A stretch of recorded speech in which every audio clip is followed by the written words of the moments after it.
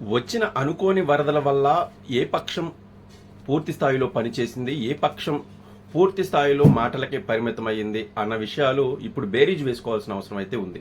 కూటమి ప్రభుత్వం వచ్చిన తర్వాత వచ్చిన అనుకోని విపత్తు వేళ విపక్షం ముఖ్యంగా వైఎస్ఆర్ కాంగ్రెస్ పార్టీ స్పందించిన తీరు కానీ, అలాగే అధికార పక్షం తెలుగుదేశం, ఇటు జనసేన, బీజేపీలు స్పందించిన తీరు కానీ ఖచ్చితంగా మాట్లాడుకోవాల్సిన విషయం. అనుకోని విపత్తు వేళ వచ్చిన ఒక గోల్డెన్ అవకాశాన్ని అయితే వైసీపీ పూర్తిగా విడిచిపెట్టేసింది. దాన్ని అందిపుచ్చుకోవడంలో కూటమి ప్రభుత్వం నాయకులు కానీ, కూటమి ప్రభుత్వంలో పనిచేసిన పెద్దలు కానీ చాలా చక్కగా పనిచేశారు. మంత్రులంతా సమన్వయంతో పనిచేశారు. ముఖ్యంగా విపత్తు వచ్చిన తర్వాత జరిగిన నష్టాన్ని వెంటనే పూడ్చుకునే పనిలో ముఖ్యమంత్రి చంద్రబాబు గారు అయితే 100కి 100% సక్సెస్ రేట్ సాధించారు.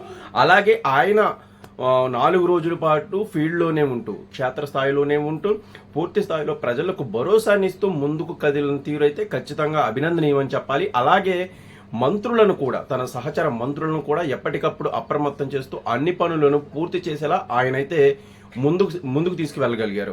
ముఖ్యంగా జలవనరుల శాఖ మంత్రి నిమ్మల రామానాయుడు గారు కూడా బుడమేరుకు పడిన గండ్లను, పెద్ద పెద్ద గండ్లు 3 పడితే ఇంకో చిన్న చిత్తగా గండ్లు ఇంకో 4 వరకు పడినాయి. అవి వెంటనే పూడ్చగలిగేవి. ఈ పెద్ద గండిని కూడా పూర్తి స్థాయిలో సైన్యం సహాయంతో పూడ్చగలిగారు.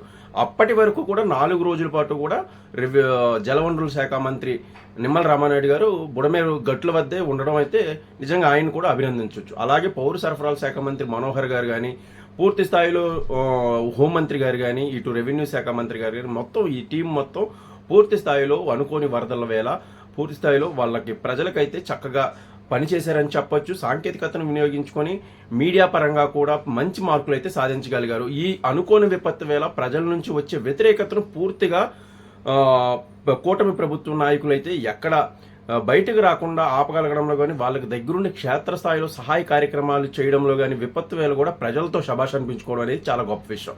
ముఖ్యంగా దీనిలో 95% ముఖ్యమంత్రి గారే దగ్గరుండి చేస్తే మిగిలిన 5% మాత్రం మిగిలిన మంత్రులు కానీ అందరూ కలిసి చేసిన ఒక గొప్ప విజయం అనుకోవచ్చు. ఇదే తీరున వైసీపీ నాయకులు ఏం చేశారు, వైసీపీ నాయకుల పరిస్థితి ఏమైంది అనేది కూడా మనం మాట్లాడుకోవాలి. వైసీపీ నాయకులు పూర్తిగా వచ్చిన అవకాశాన్ని, వరదల వేళ, విపత్తు వేళ ప్రజలతో మమేకమై ప్రజల దగ్గరికి వెళ్ళి వాళ్ళ బాధలు తెలుసుకోవాల్సిన సిచ్యువేషన్లో వాళ్ళు చేసిన విమర్శలు కానీ, వాళ్ళు చేసిన కామెంట్స్ కానీ కొన్ని పూర్తిగా ప్రజల చేతే ప్రజలే అసలు అర్థం లేని వ్యాఖ్యలు మాట్లాడుతున్నారు అనేలా చేసుకున్నారు.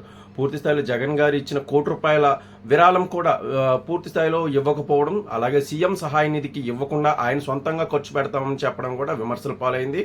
ఇటు సోషల్ మీడియాలో కూడా మేమర్స్, అలాగే విమర్శలు కూటమి ప్రభుత్వంలో విమర్శించే వారికి కూడా ఆయన చక్కగా ఆయనే రోజువారీ బూస్ట్ ఇచ్చినట్లయితే కనిపించింది. మరోవైపు రోజా కానీ, ఇతర అంబటి రాంబాబు కానీ, లేకపోతే కాకాని గోవర్ధన్ రెడ్డి గారు కానీ, అలాంటి పెద్దవాళ్ళు కూడా ఇళ్లలో కూర్చొని, ఎక్కడ ఫీల్డ్లోకి రాకుండా ఇళ్లలో కూర్చొని ప్రెస్ మీట్లు పెట్టడం, వీడియోలు పంపించడం, లేదా ప్రెస్ నోట్లు పంపించడం వరకు మాత్రం పరిమితం అయిపోయారు. జగన్ గారు 2 సార్లు వచ్చినప్పటికీ, జగన్ గారు అయితే 2 సార్లు వచ్చారు. జగన్ గారు 2 సార్లు వచ్చినప్పటికీ కూడా అది అంత ప్రజల్లో అంత ఇంపాక్ట్ చూపించలేకపోయింది. బాధితులకు అంత సాంత్వన కూడా కలిగించలేకపోయింది. ఆఖరికి వెల్లంపల్లి శ్రీనివాస్ గారు లాస్ట్ రోజు, చివరి రోజు సెప్టెంబర్ 5, 6 తేదీల్లో అక్కడక్కడ బిస్కెట్లు పంచిపెట్టడం అయితే కొన్ని చోట్ల కనిపించింది తప్పితే మిగతా నాయకులు ఎవరు అంత వేగంగా స్పందించలేకపోయారు. పూర్తి స్థాయిలో వైసీపీ ఈ అవకాశాన్ని, ప్రజలతో మమేకమయ్యే అవకాశాన్ని పూర్తిగా సద్వినియోగం చేసుకోలేకపోయింది. ఈ విషయంలో కూటమి ప్రభుత్వం స్పందించినంతగా వైసీపీ పూర్తి స్థాయిలో ఈ అనుకోని విపత్తును పూర్తిగా గాలికి వదిలేసి ఓన్లీ ప్రెస్ మీట్లు, అలాగే విమర్శలు, సహాయం చేసిన తర్వాత విమర్శలు చేస్తే బాగుండేదేమో, ప్రజలైతే ఒప్పుకునేవాళ్ళేమో, కానీ ఏమీ సహాయం చేయకుండానే ఇళ్లలో కూర్చొని ప్రెస్ మీట్లు పెట్టడం వల్ల ప్రజల్లో కూడా విమర్శను మూట కట్టుకున్నారు. వీళ్ళు వచ్చినా సరే ఇంతే, వీళ్ళకి అధికారం ఉన్నా ఇంతే, అధికారం లేకపోయినా ఇంతే అనే పరిస్థితికి అయితే తీసుకొచ్చారు. ప్రతిసారి రక్షణ గోడ విషయంలో మేమే కట్టాం అని చెప్పుకోవడం తప్పితే మిగిలిన ఏ విషయాల్లో కూడా, ముఖ్యంగా పశ్చిమ ప్రాంతంలో వచ్చిన వరదలకు ఏమాత్రం సహాయం చేయడంలో కానీ, కనీసం నిత్యావసర సరుకులు కూడా పంచిపెట్టలేని దుస్థితిలో వైసీపీ నాయకులు ఉన్నారు. వైసీపీ ప్రభుత్వం పూర్తయి కనీసం 4 నెలలు కూడా గడవక ముందే వాళ్ళందరూ మొహం చాటేయడం అనేది ఆ పార్టీ యొక్క పరిస్థితి, ఆ పార్టీ యొక్క నైజాన్ని బయటపెడుతుందని అయితే ప్రజలైతే భావించే పరిస్థితి ఉంది. ఈ పూర్తి అవకాశాన్ని కూటమి ఎంత చక్కగా ఉపయోగించుకుందో వైసీపీ అంత సద్వినియోగం చేసుకోలేకపోయిందని అయితే బలంగా చెప్పొచ్చు.